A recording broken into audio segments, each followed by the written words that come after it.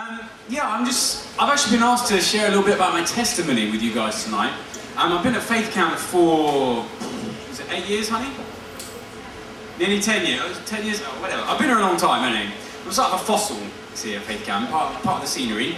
And I've never actually been asked to share my testimony, and maybe some of you know, some of you don't know, but basically I've always grown up as a Christian. I've always lived in a Christian household. In fact, everyone turn around and see that beautiful lady sitting in the chair there at the back. That's my lovely mother. Big round of applause for my mum. And when I was young, I don't actually remember exactly how old I was, but I wasn't very young. But when I was young, my parents got divorced. And I remember at the time, how old was I, Mum? Was I like... 9. I was 9, okay, I thought it was 7 to 9, something like that. So I was 9 years old. And I don't actually remember much about my parents getting divorced, just like little bits here and there. But I have to say that I don't feel like I've ever really missed out on anything in life because I haven't had a dad. You know, I don't think that, well, I'm certain that there's nothing in my life which is missing as a result, because God has always been there for me. He's always been that father for me. And you all know Simon, who helps run all this. Well, Simon's my uncle. And whenever I had a problem or one of those dad-type questions, you know, I'd go to Uncle Simon. He'd chat with me and we'd talk and things like that. And he was always there for me. And God used him to take almost that place for me, as to be like almost a father to me. And I didn't have many friends either when I was young. Man, I know this. When I was little, it hurts to remember. It doesn't bother me at all. I was actually really fat and I didn't have any friends, right? You think I'm joking? If you saw some photos on my word, you'd be like, who is that?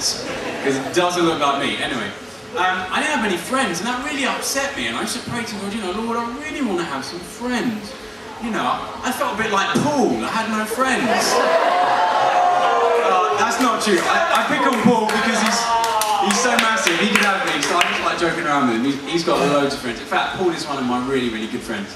And yet God really provided friends for me. You know, at school and stuff, I had some tough times at school. I used to get bullied on and picked on and stuff, but it didn't bother me really. It kind of like, I didn't really care. You know, if they're picking on me, who cares? They're the ones with the issue. A little story actually, when I was in school, I used to get picked on by these guys. And, you know, I used to wear one of these, what would Jesus do, bands around my wrist, yeah? You seen those? WWJD, yeah, I used to wear one of those in school. And me and my little porky self run off to school, be really happy with myself. I got WWJD written around my wrist, and people would be like, oh, what's that, Sim? We go, oh, it means what would Jesus do? It's like, oh, what do you wear that for? Oh, so that when I'm in a tough situation and I want to do something bad, I think, oh, what would Jesus do? And that will help me. Really? They thought, that's interesting. A little slap. What would Jesus do? It's like, oh yeah, I got myself in a problem. They'd hide my bag. I'd get angry. What would Jesus do, Sim? Or they'd push me. What would Jesus do? I walk between two tables and they close the tables on my knees. I remember that really hurt. I looked around really quick and they just went, what would Jesus do? And they hid my bag one time in the top of a teacher's cupboard and I couldn't reach it because I was short. I was late for my lesson and I got told off. I don't know why I told you that, but it really hurt at the time. Anyway, the point is, I used to get picked on, right? And what would Jesus do was always thrown at me, and I didn't fight back, and I didn't react, and I didn't freak out and lob chairs and all the rest, you know, manifest and all the rest of it. I just kept loving on my kids. All right, guys, you know, I wasn't weird about it. It's just, I was bigger than that, you know, and it didn't really bother me. Anyway, finished school, went on and stuff, and the other guys, some of these guys used to pick on me, they stayed in school.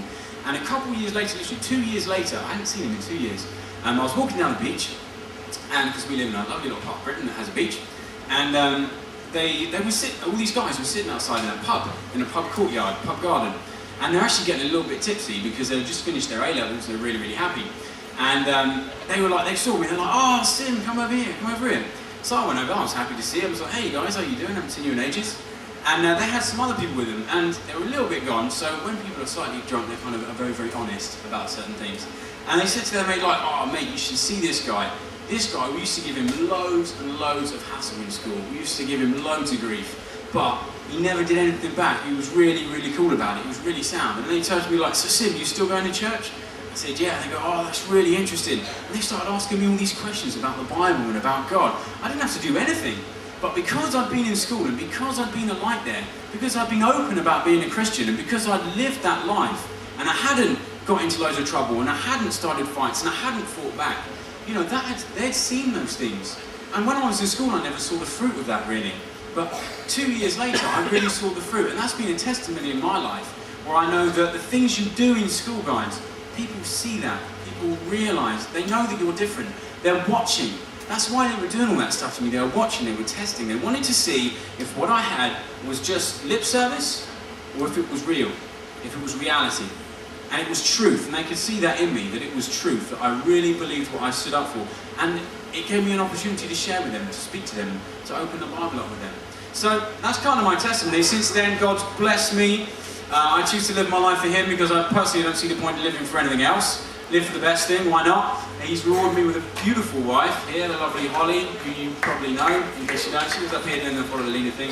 And it's great. I get on great with my family. I get on fantastic with my wife. I've got loads of friends. The church is brilliant. God is brilliant. Every day I can wake up smiling and know that God is good, that He is with me. And you know, God will do that for you too. If you surrender your life to Him, if you want to follow God completely, He'll do it for you. So that's my testimony. Brilliant. Big round of applause for Jesus.